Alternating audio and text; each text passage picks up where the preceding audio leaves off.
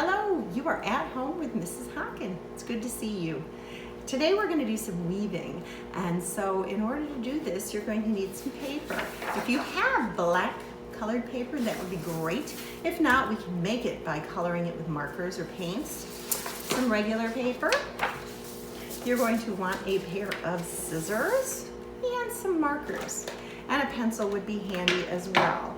And what we're going to do is we're going to learn how to do an optical weaving with paper. All right, go get your stuff. Meet me back here and we'll get started.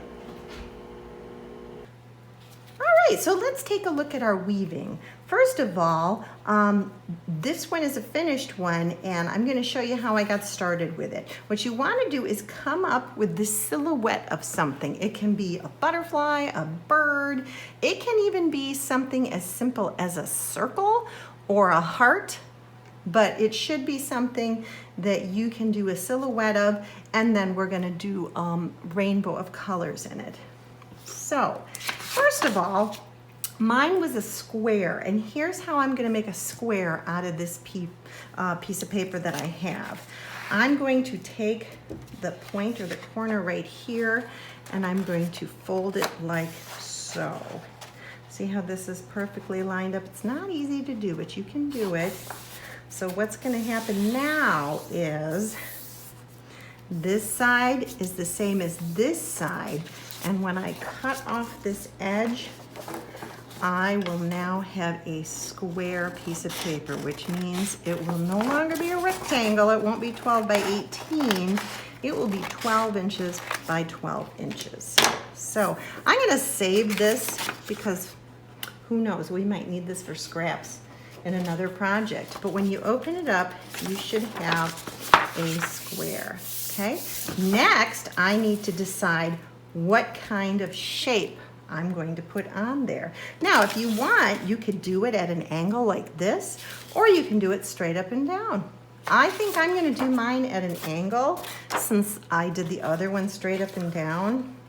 And you know what? If I want to, I can use this line as what we call a line of symmetry. So I only have to draw half of my object, and I'll show you why. Let's say I'm going to make a very simple heart. I really only have to do half, and I'm not completely satisfied with that, so I'll go like that. Okay, now if I draw this line dark enough, there's a little trick that you can do to make it symmetrical. I'm going to put the pencil touching this side, and I'm going to rub on it from the back. I can see where the line is, so I'm just going to go over it like this.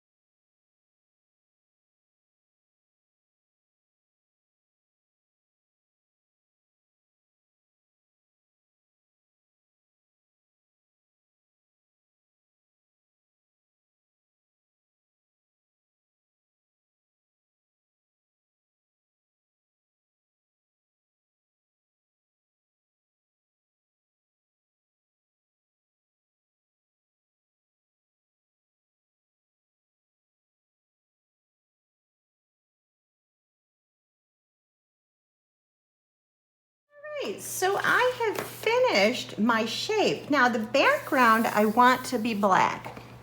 Now there's many ways you can get that to be black. You could paint it black, but then you'll have to wait till it dries. You can get a marker and color it black. Or if you have black paper that you want to glue to this and put over it, you can. Honestly, I'm just going to color it. It'll take me a minute, but it's what I found easiest.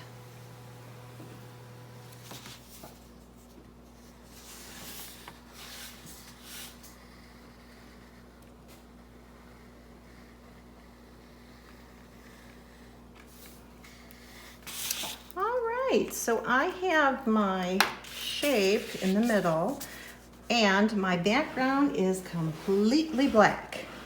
Now, this is going to be our loom. So in order to be able to weave things in and out, we have to cut some strips so that you can in fact weave it. Now, like I said, you can either go straight across side to side, or you can do it at an angle. Since I have decided to do it at an angle, I'm gonna fold it at an angle like so. Now, what I'm going to do is, it's easiest if I have something like a ruler so that I can have, it'll measure for me, because we want these cuts to be the same distance apart. So all I'm going to do is use the thickness of my ruler as my guide. So see how I am making a line, and you don't want it to go all the way to the edge, because what happens if it goes all the way to the edge, you're just going to cut your picture into a bunch of strips.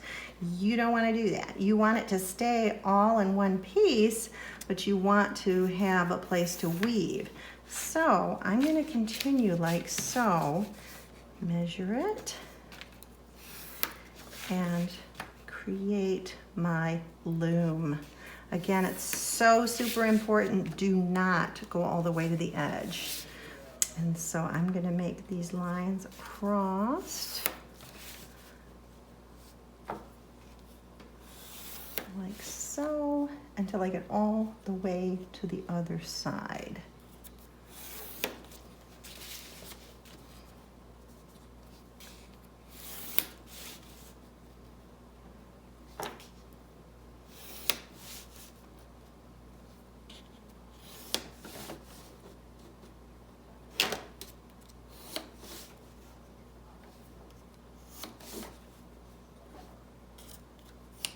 Okay, so what I have done is I drew lines the same distance apart, and I did not go all the way to the edge. Now, this will create a loom that's wider. You'll notice that these are much smaller. So you can either do it this width, or if you want, you can do twice as many and cut in between here as well. Let's start with what we have.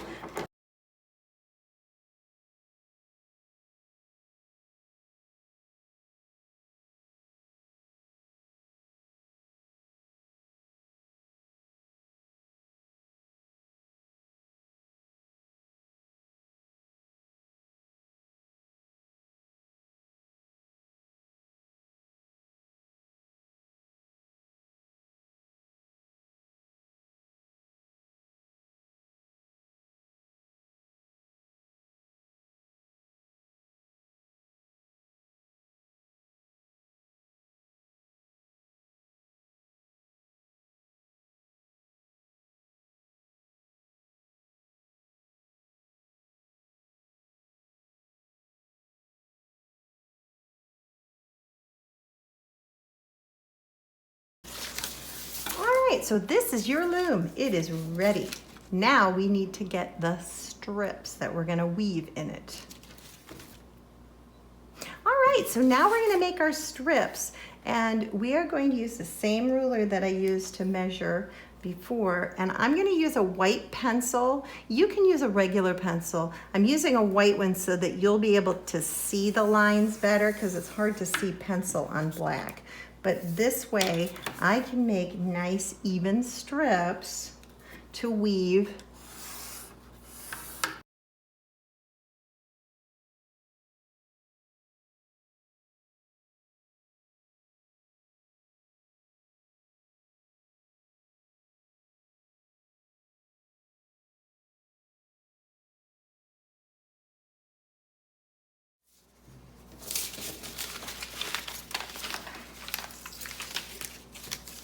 Now I'm ready to start my weaving. I'm gonna start, because I'm doing this at a diagonal, I'm gonna start in the middle, okay? So I'm going to, when you weave, it's a process of going over, under, over, under. I'm gonna go over the first one and under the next. Now I'm gonna flip this over so I don't see the white lines that I made.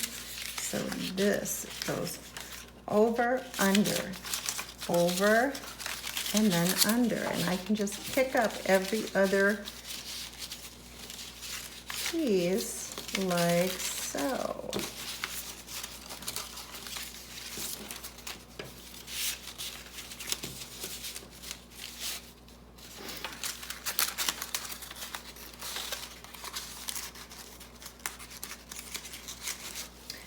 And there is my first strip. Now, the next strip, it's very important that you don't weave it the same way. Because I started over, this time I'm gonna come up from under. Now, there's not enough room for me to do this in that first one, so I'm gonna go to the second one.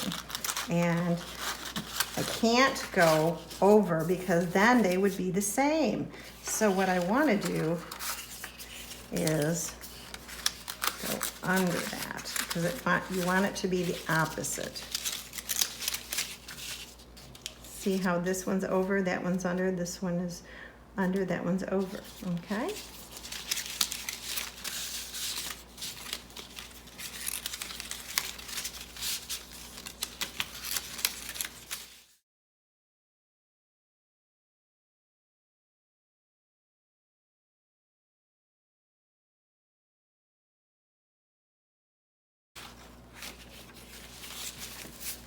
All right, so this is what it looks like when you do a wider weave. You can still kind of tell that it's a heart, but you lose a little bit of the detail. Now, if you like it just like this, then what you're gonna do is trim, snip, snip, snip, snip, snip, snip, and then you put a little glue under the edges and glue it down. All right, so this is what you would do if you want to have smaller weaving. What I did, I'll show you on the fold, is I went in between each of those strips that I had before and I cut them in half, and I did that to all of them. So now I have twice as many strips and they're much thinner. I also took my strips that I had going the other way, and what used to be this wide, I cut down the middle, and now it's 2 strips. So have I made more work for myself? I have. But this is what it'll look like if you want to use a smaller weave. I'm gonna start at an angle again, and I'm gonna go over, under, over, under, and I'll continue going all the way up just like that.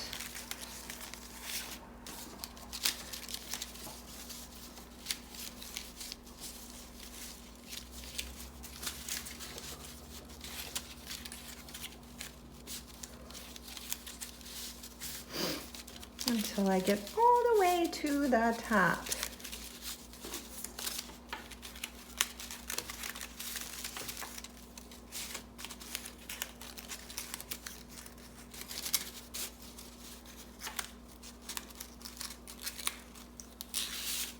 All right, so there is one strip. Whoops, I pulled it a little too far. I can pull this back down.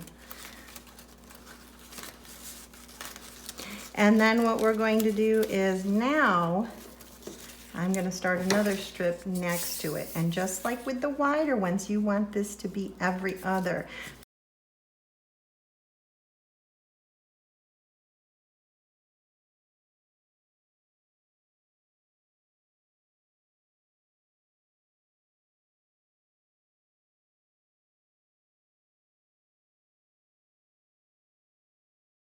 Finished my weaving, and I've got a lot of rough edges. So what I'm going to start to do is you just trim them like so that they are flush or even with the edge.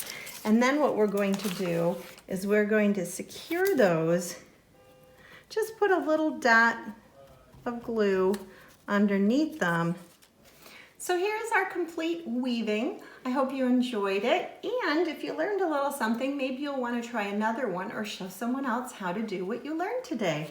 Well, that's all we have time for today, so have a great week, and I'll see you here again at home with Mrs. Hockin.